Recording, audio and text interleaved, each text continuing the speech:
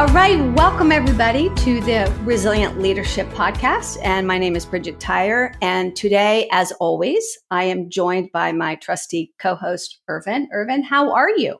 Bridget, I'm doing well. Thank you so much. How about yourself? How have things been? They have been good. But listen, I have a question for you. Given the topic today, yes. Emotional contagion, yes, I want to know, what mood are you in? Today's mood, I woke up, I have to confess, a little apprehensive. And you know what? I couldn't pinpoint it, which is interesting because we'll get into this a little bit between a mood and an emotion. But yeah, my mood today is a little apprehensive and I'm not quite sure where it's coming from. How about yourself? Well, that is so interesting. I woke up in a pretty good mood, but then a flurry of activity ensued and it was anxious activity. So I think I caught a little bit of that, but doing well, and spending time with you, I think, will elevate my mood. So let's dive into this great conversation. Let's do it. So what do you want to say to kind of tee it up? Like, how do you want to sort of set the stage, shall we say? Well, it's interesting, because today's episode's on emotional contagion. And the subtitle we're using is How Not to Get Stuck in a Bad Mood, either yours or someone else's. So let's just set this up by really plugging into an experience I am sure we have all had. So I just want everyone just to take a moment and to think about this. You're sitting in a meeting room and you're waiting for the boss. And the mood's good. There's a little joking. You're talking about the game. You're talking about what you did for the weekend. And then your boss walks in and they're not happy. They're upset. And all of a sudden, without even a blink of an eye, you begin to feel tension in your body. Everyone begins to kind of shifting their eyes, kind of looking at each other. And then 10 minutes later, the mood of that room has totally shifted. Yeah. Everyone is feeling the anxiety of the leader. Oh, been there, done that, got that t-shirt. Yeah. And then think about this. You're at home and all of a sudden your kid walks in. It's result time from an exam and they have aced the test and they're so happy they can't even believe it. And what happens? As they walk through the room, you don't even have to be told. You can just feel, you catch the mood that they're in, you catch the feeling of joy, and vice versa. If it hasn't gone so well, you don't even need to ask because you kind of feel it. Even if they're trying to hide it, you can feel some of that tension. Yes, you pick it up. I mean, we have incredible antenna, shall we say, when it comes to picking up the emotions, the moods of the people around us, particularly the people that matter the most to us. Absolutely. Yes. Right? We spent more time with them. So we're better observers of the nuances in their behaviors. Yes. Yeah. And we're tuning into it at a level even beneath our conscious awareness. Yes.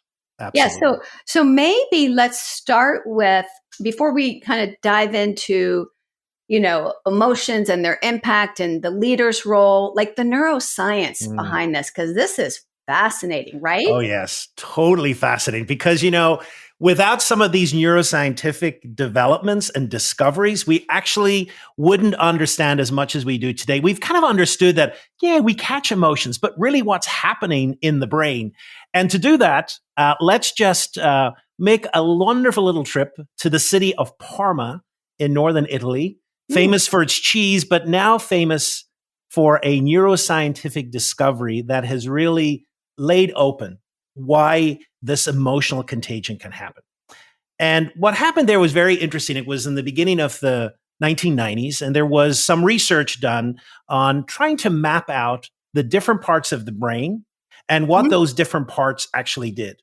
We forget that brain science and neuroscience is a very new science. So at that stage, they were mapping them out, and they were using macaque monkeys for this because their brain structure is very similar to human structure. And they had a special cap, and they wear the cap, and whenever different parts of the brain would go off, a buzzer and a light would go off. Now, the macaque monkey's favorite food are peanuts. And one day, one of the scientists was eating a peanut because he was a little hungry, eating some of the monkey's peanuts. And all of a sudden, there was a light and a noise went off. And the scientist said, "What's that? The monkey's not doing anything. He's just sitting there." Yeah. And so then I kept eating the peanuts, and every time it did, it went off in the same brain region called the F5, which is our motor cortex. So when we're Mhm. moving, and what they began to discover there was that the grasping, the movement of the scientist in eating the nut was also conveyed to the monkey. And it was as if the monkey was eating, even though they were not. They were just watching the action. But Yeah. even in watching the action, the light went off. Oh, And what they fascinating. discovered was this part of the brain had a group of neurons, which we began to call mirror neurons, which opened the door to our understanding of emotional contagion, actually of empathy as well.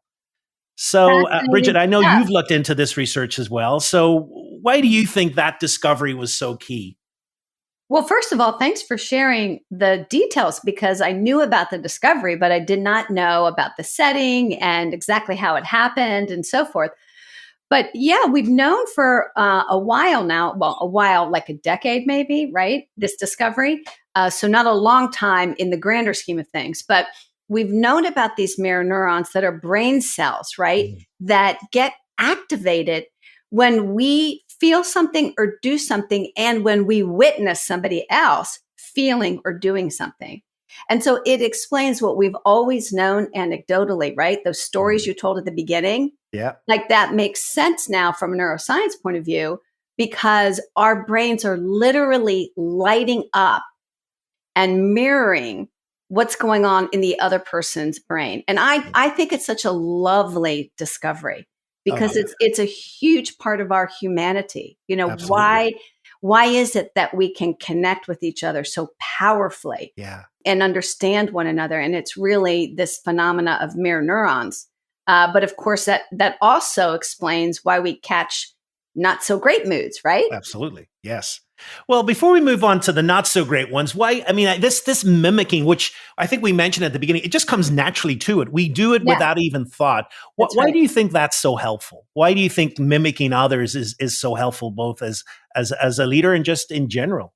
Yeah, I think it's about resonance, right? Mm. So if Yeah. I am a leader and I'm trying to influence you, or I'm trying to understand you, or I'm trying to persuade you or move you or anything, if I can't connect with you in a resonant way, if I'm like speaking and talking in one way that's completely different from you, it doesn't land, Yeah. Yeah. right? Mm. You know, if you've ever tried to, for example, do some brainstorming or strategic planning or creative thinking and blue sky thinking with a resigned group of people, good luck. You know? So I think I it's I have really, been there. yeah. So it's important for resonance. And the thing is if we understand this, right, we can use it to our advantage to build trust and Yeah. connection and recognize that this part of our humanity is so important to connection, but also so important to leadership and Yeah. resilience. Yeah. Yeah. Yeah. So let's dive into this idea of emotions a little bit more. And I know this is like your wheelhouse, right? Mm. You've been studying this and teaching and training on this. So I guess the first thing I want to kind of ask you, we touched on it in a previous episode, but I think for our listeners, it would be good to make this distinction, which is how do you think emotions are different from and similar to moods? It's a really great question because I think colloquially we use the words almost interchangeably. Yeah. However, I think there's a nuance and an important difference in them. I think the best way to think of, why do we have emotions at all? One of the grandfather of emotional research, Paul Ekman, I think he says, which I think is really useful, is that emotions developed throughout evolution Hmm. to help our welfare and to signal to us something important is happening. Yes. And so these emotions help us kind of convey something important is there. So, Yes. we're sad because we've experienced loss, or we're angry because something threatens us, or we're happy because something enjoyable is happening. Now, emotions are very, very rapid. They're quick and Mhm. they don't last long. And I think this is a great distinction between emotion and a mood. A mood lasts much longer. And Yeah. then I think the second distinction that I would make is that the cause of an emotion is very clear. we're very clear of triggers. You Yeah. walk in and you see someone who's a dear friend. You haven't seen them for years, and all of a sudden you may have two emotions. You may have great happiness and then a Yeah. little bit of sadness as well, as you think of all these memories that keep flooding back. Yeah. And there's a trigger there for that. Whereas Mhm. this morning I woke up and I was just in an anxious mood and I didn't know where it came from. I don't know. Why am I anxious? I'm not anxious I'm about recording the episode today. I'm enjoying that. I have nothing today that would really make me believe. And I was a little confused, but that was my mood. And so I think that's a really nice way of signaling the difference between both. Yeah. And it's important for leaders because we're always leading and living out of a mood. Mhm. Always, Yeah. right? And sometimes that mood is perfectly spot on for what we're trying to do, and sometimes it's not, but it's always there. And Yeah. it's kind of like the climate versus, as you said, emotions move through quickly. So Yes. it's like a thunderstorm that comes Yes. and moves on. Yeah. Absolutely. So where do emotions come from? Because I think we have this belief that emotions are always tied to a very clear event, but they can come from other places too, right? I mean, where do they come from? Yeah, I mean, when you think about it, so I mean, the most general cause of an emotion is there's a triggering moment. So something happens, just like you say, and it causes an emotion. So we hear news that a loved one has died. It causes sadness within us. There's a clear cause and effect there.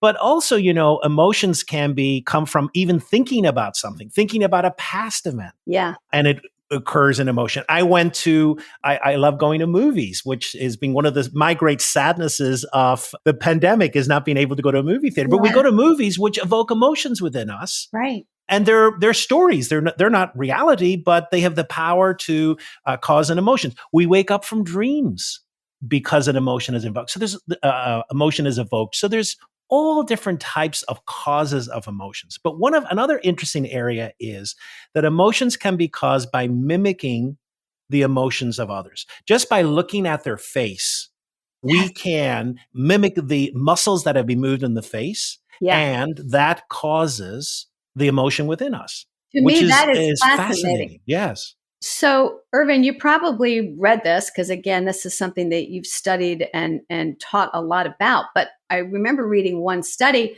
where they had subjects put a pencil in their mouth, and depending on how they were, holding that pencil, it could produce a frown or a smile. Uh-huh. And if it produced a frown, then their mood shifted. Uh-huh. Yeah. So what we know, like for example, most here we're talking about two emotions, sadness and happiness. And so we know, like, just take happiness. Happiness is the movement of two muscles for genuine happiness. One is kind of the smile in the face, and there's a muscle being activated. And when the Mm, pencil's in the mouth, that muscle is activated in the side yeah. of the cheeks. But then also it's the lines in the eyes, because the Mhm. muscles around the eyes as well are activated, and that pencil movement helps us do that. So Fascinating. therefore, that we know, we used to think, emotion is caused, there's a trigger, we feel the emotion, but now we know an emotion is also caused just by moving the muscles. And that's important, because what's happening in emotional contagion, of course, is that even without us noticing, we're mimicking those facial muscles and causing that emotion to happen. Yeah. And the good news, though, is that we can shift our mood and our Mhm. emotions by changing the way we're shaping ourselves, right? By Absolutely. changing Yes. our facial expression. I mean, Yes. just smiling, oddly enough, can sometimes be enough to shift you into a different place. But Yes. even the way we're sitting, if we're Yeah. slumped, if we're tall, Yeah. anyways, we don't have to be stuck in a mood or emotion. And the easiest way sometimes to shift it is through the body. Yeah. I love this, Bridget, because so often we often think like emotions are a mind game. Yes. And I think we forget, and so often in leadership, I don't know if you feel this as well, is that it's from the neck upwards. And we Yeah. forget, that we're Yeah. attached to a body, and that body gives us incredible information about the emotion we're in. So when we're triggered in an emotion, we begin to feel that motion in our body before we even are consciously aware of it. Yes. And being able to recognize that, and then to use the body to shift emotion, is incredibly important. Yeah. Well, so let's maybe talk about, the leader's role in all this because Mhm. you're explaining why they're contagious, right? And there's no doubt about that, both from a neuroscience point of view and from our personal experiences, right? Yep. But let's get into the leader's role and the fact that the leader's emotions and moods are the most contagious of all, Yeah. right? So, Bridget, why do you think that is? Why do you think leaders' emotions are so contagious? Well, because I think in ways that most of us as leaders don't appreciate, our followers are tuning into us in ways that are just fascinating. I mean, they're listening to the tone of our voice. They're reading into our emails, the tenor and tone of our text. They're on a Zoom call. They're paying attention to our energy. You know, we talked in a previous episode about the quality of our presence. They're paying attention to that. Bottom line is, because a leader's authority and power is so important in our lives, we're looking for Mhm. clues. Yeah. Good day, bad day, right? Absolutely. Because that's going to have a big impact on me. Yeah. And I don't think we often appreciate the extent to which people are tuning into us. Yes. So that's why the leaders' moods and emotions are most contagious of all. Now, that said, I'm curious what you think about this, Irvine, because leaders are human beings. They have good days and they have bad days. They have good moods and they have bad moods. And are we saying that you can never have a bad mood or emotion as a leader? I mean, what are we saying there? What do you No, think about I think it's a great question because there is a fallacy out there, and I'm sure you've heard it. I've heard in many coaching sessions that leaders feel they always have to be on, that, there can't be an off day, which is ridiculous. I mean, we pay sports people millions of dollars and sometimes they have an off day as well, Right. But I think what's important is two things. One is that it's the ability, first of all, for the leader to recognize it's not that you're not allowed to have an off day, but I think it's important to recognize you are having an off day. Yeah. And I think that's fine. And I think people appreciate the fact that you're in that zone. So to go into a meeting and say, you know what, I know this is supposed to be a creative brainstorming, but I'm just not in that zone today. Yeah. So you may need to help me. It doesn't necessarily mean as well that they were going to be able to change that instantaneously as well. But I think the first of all, the awareness that it's there, and then the ability to be able to express that, I think, is incredibly helpful. And also an important message to people that you don't have to be on the whole time, but it's Yeah. important to recognize when you're not and to acknowledge it. Yeah. And I think if you are, let's say, really distracted because you just got some really tough news on the home front, people are going to pick up on that. Absolutely. And wouldn't it be better to just say, hey, you're gonna notice that I'm really distracted. I've gotten some news, we're dealing with it and all that. I just didn't want you to misinterpret it Yep. as anything other than that. Yeah. Yep.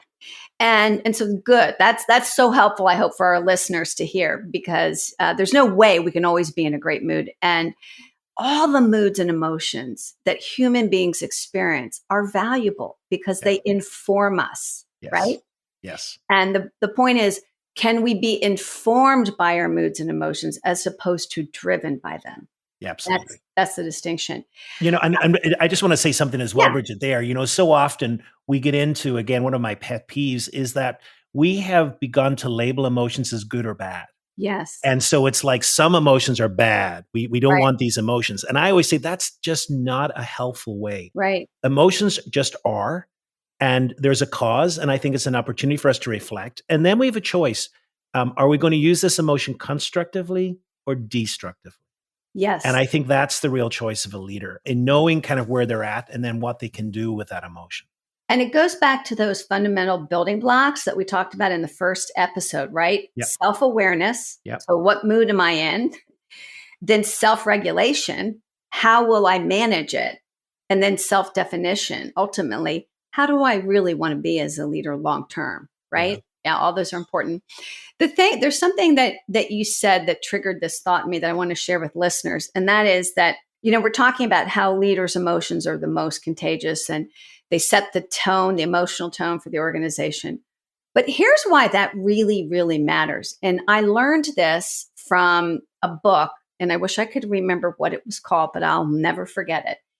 And it said the following: the reason moods and emotions matter and aren't the soft stuff that people normally think of them as is because they are predispositions for action, meaning that every mood or emotion shapes a particular behavior or action. So, for example, employees who are in the mood of resignation don't see possibilities, right? Or like a team that is, let's say, highly anxious and worked up doesn't think as clearly and creatively. Or, like we talked about last time, if you're resigned, then, or if you're fearful, you might not take risks. Yeah. So it's important that we recognize that what we want to get done in organizations with our teams and with each other is dependent a lot on the mood of us and the mood of the organization as a whole. Yeah. So, that brings up a really interesting point then, Bridget. So knowing the power, and I think at times, leaders, I think, forget the simple power they have in setting the emotional tone. So, speak a little bit more of that about their role for a leader in setting that emotional tone. Well, I think I can do that best by sharing an example. And it actually just came to my memory again. It was the most profound example of what you're asking that I've ever seen. And it actually happened back in 2008 when I was observing a senior team. And they were dealing with the Great Depression, not Depression, the Great Recession. And their industry was getting hit really hard. So they were having a meeting to talk about how they were going to handle it. And I had the privilege of coaching the leader in advance of that. And I asked him, what mood do you want to bring to this conversation? And what mood do you think they're in? And he said, well, I think a lot of them are feeling resigned, like there's not much we can do. But that's not what I see. I see an opportunity. So we discussed how he could give them some pre-work to think about it, open up some possibilities, meet them where they were, but ultimately kind of lead them towards a more hopeful place. And do you know, watching that meeting, literally what happened is, as everybody walked in, I could see a resigned group of people, shoulder slumped, serious facial expressions, no humor. And as they began to talk and work their way through it, it shifted. And they left like totally different people. And therefore, they were able to think and work together creatively to meet this challenge head on. And I'll never forget that because it was in a span of an hour and a half. That's what happened. Wow.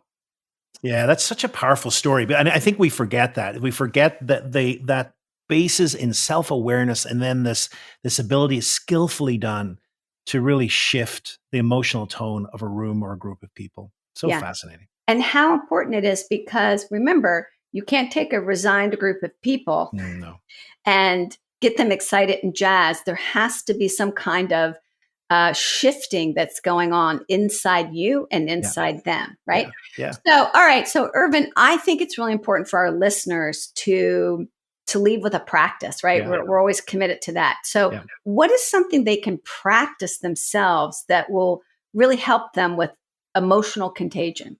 So one of the things that I love to think about is that every day we pass different, what I would like to call thresholds, doorways.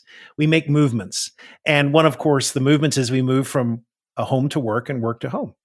And even if your work is in your home, you're still making a movement. It may be the dining room table where your computer's set up, but it's still a threshold. And I think at times we do that mindlessly. And I think a practice that we could do is to be more intentional and mindful about those movements. And I've got 4 steps that a person could do as they move, say, from home to work and work to home. The first step is just to center yourself, to take maybe 30 seconds and just to breathe and to be aware that you are making a movement. And then the second step is just to pay attention. So pay attention, where are you feeling in your body at this moment?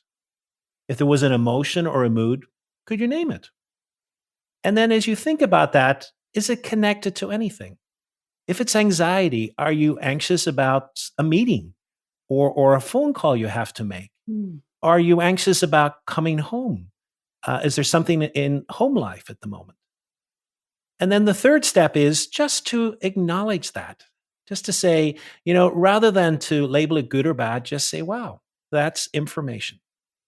I'm really anxious about that phone call, and that's okay. And then the fourth step is to visualize. So often we think about what could go wrong. And I always like to say, what could go right? What if this was a great phone call? What if it was a great conversation? What would that look like? What would you notice? Mhm. And then is there any shift you have to make? What would you have to shift so that you could come in with the best energy you possibly could? Mm. And I think in total that could take, 3 or 4 minutes. Mhm. And I think it's really powerful both as you enter into work and enter into home or shift from one place to the other.